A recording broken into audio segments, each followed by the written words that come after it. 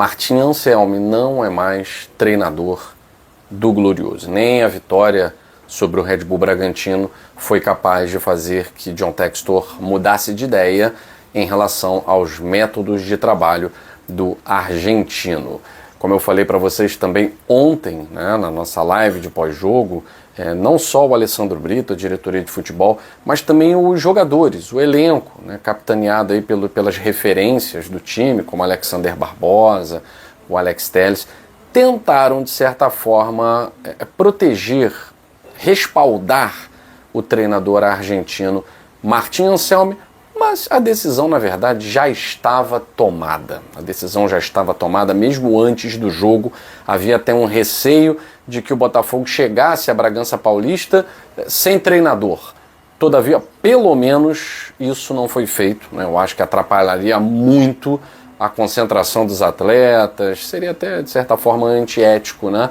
Então, manteve-se o treinador para esse último jogo e na volta ao Rio de Janeiro, o mesmo foi comunicado da sua demissão, tá? Tem muita coisa envolvendo a demissão do Martim Anselmi, passa longe de ter sido algo referente a esse jogo contra o Red Bull Bragantino, tá?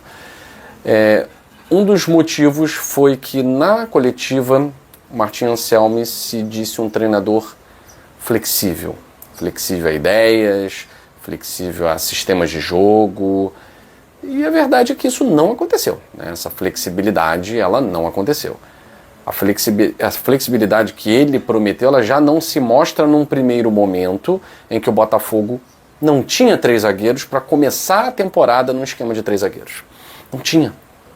A improvisação do Matheus Ponte, ela incomodou muito internamente a cúpula do Botafogo, John Textor, e internamente, a diretoria do futebol achava que mesmo com os resultados ruins, isso o próprio Martim Anselmi vai falar na entrevista coletiva, né, que está se olhando muito o resultado e não o processo, porque o processo estava indo bem, os jogadores abraçando as ideias, e realmente eu recebi esse feedback, né, que os jogadores eles entendiam as ideias do Martim Anselmi, mas não conseguiam executar. Eles viam lógica nessas ideias, mas não conseguiam executá-las. E exatamente pelo fato de não conseguir executá-las é que o Botafogo teve resultados ruins. Eliminado do Campeonato Carioca com antecedência, eliminado da Libertadores com antecedência, zona de rebaixamento de Campeonato Brasileiro. Então, um rendimento que realmente não conseguiu fazer com que o Anselmi se mantivesse, pelo menos aí, 4 meses num cargo, né? Chegou em janeiro, logo para a pré-temporada, né? Em janeiro já teve jogo, né? E o Botafogo não evoluiu. O Botafogo, na verdade, está regredindo. Essa é a verdade. O time, depois daquele jogo contra o Cruzeiro, gerou uma expectativa. E depois do segundo tempo contra o Grêmio, nunca mais o Botafogo conseguiu jogar um futebol promissor, um futebol dominante, um futebol envolvente. Nenhuma partida. Então a decisão já havia sido tomada. Martim Anselmi repete os mesmos erros que cometeu no Porto. Havia também, e eu acompanhei no finalzinho ali, uma discussão muito grande pela teimosia do Anselmi no sistema de 3 zagueiros, que não estava funcionando com o Porto, não estava funcionando com aquele elenco, e ele morreu abraçado com essa ideia lá no Porto. No Botafogo ele não morre abraçado com essa ideia. Acho que ele demorou para entender que essa ideia estava sendo o cemitério dele. Mas mesmo com o sistema de 2 zagueiros, 2 laterais, com volante, ele não conseguiu mostrar capacidade. E essa flexibilidade, na verdade, ela nunca existiu. Talvez o Martim Anselmi realmente só saiba jogar nesse sistema.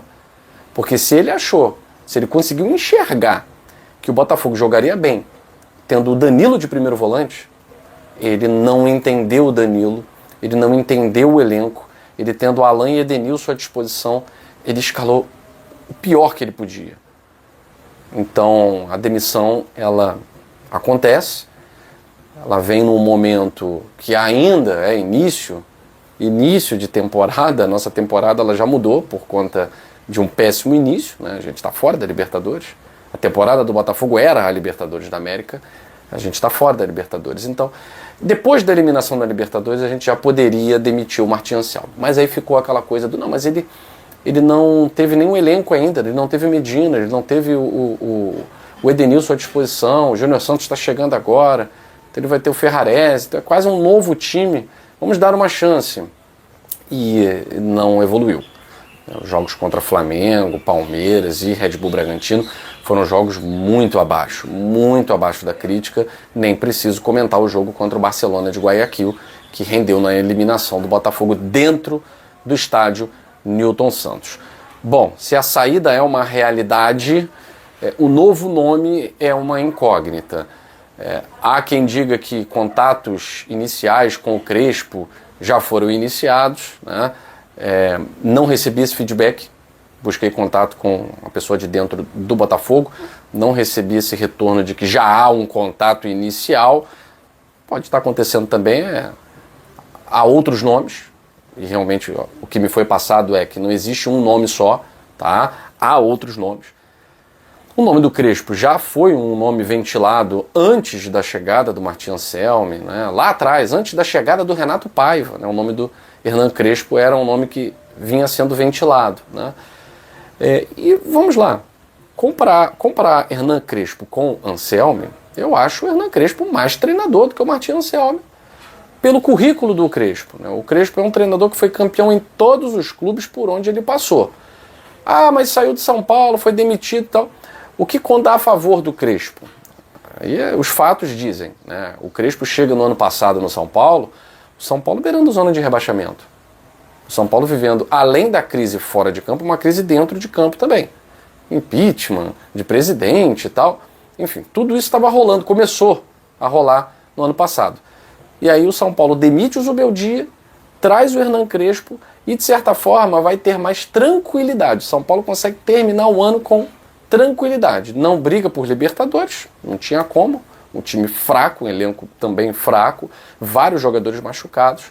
E o Hernan Crespo ele consegue contornar a crise institucional que assolava o São Paulo com o futebol apresentado dentro de campo. Que não era nenhum primor, né, o futebol de São Paulo no ano passado. Mas passou longe ali de rebaixamento e tal. E ele inicia um ano, de certa forma, dando uma esperança para o torcedor são paulino, né? O Campeonato Paulista ele é eliminado pelo campeão, até aí tudo bem. E no Campeonato Brasileiro, vence o Flamengo, logo na estreia, engata uma sequência interessante de trabalho e entrega o São Paulo ao Roger Machado na liderança, né? Hoje o São Paulo não está mais na liderança, né? Tem 2 derrotas seguidas. E assim, tem treinador melhor que o Crespo no mercado? Livre? Tem. Mas dificilmente seriam treinadores que aceitariam pegar o Botafogo nessa situação atual e dificilmente seriam treinadores que o John Textor aceitaria pagar o que eles recebiam, né? O Felipe Luiz está livre no mercado. Com a renovação com o Flamengo, o salário do Felipe Luiz foi lá para cima. Lá para cima, né? Então, e não acho que o Felipe Luiz, com toda a identificação dele com o Flamengo, aceitaria dirigir o Botafogo. Eu sei que futebol é profissionalismo, né? Mas não acho que nesse momento o Felipe Luiz toparia, ainda mais o Botafogo em ebulição. O Hernan Crespo eu acho que ele toparia, porque ele já tem uma experiência anterior nesse mesmo cenário, né? Outros treinadores, o ideal seria buscar lá na origem, né? Porque esse Botafogo nasce em 2022 com o Luiz Castro, né? Com o treinador do futebol português, atuando no futebol português. O Botafogo deu certo com o Arthur Jorge, um português que atuava no futebol português. Eu estava conversando até com meu amigo Renato Candal sobre isso, né? Será que o John Textor vai mais uma vez buscar esse treinador português que atua no futebol português para tentar trazer ideias aqui para o Botafogo? A questão que pesa contra isso é o seguinte, né? O tempo. O Botafogo vai ter que começar a acelerar o processo de adaptação dos jogadores à ideia do novo treinador, e a gente já está na 8ª rodada do Campeonato Brasileiro. Para o Botafogo são 6 jogos, mas já está na 8ª rodada. E aí, para uma ideia muito diferente, uma filosofia diferente e tal. E assim, o universo ele conspira muito, né?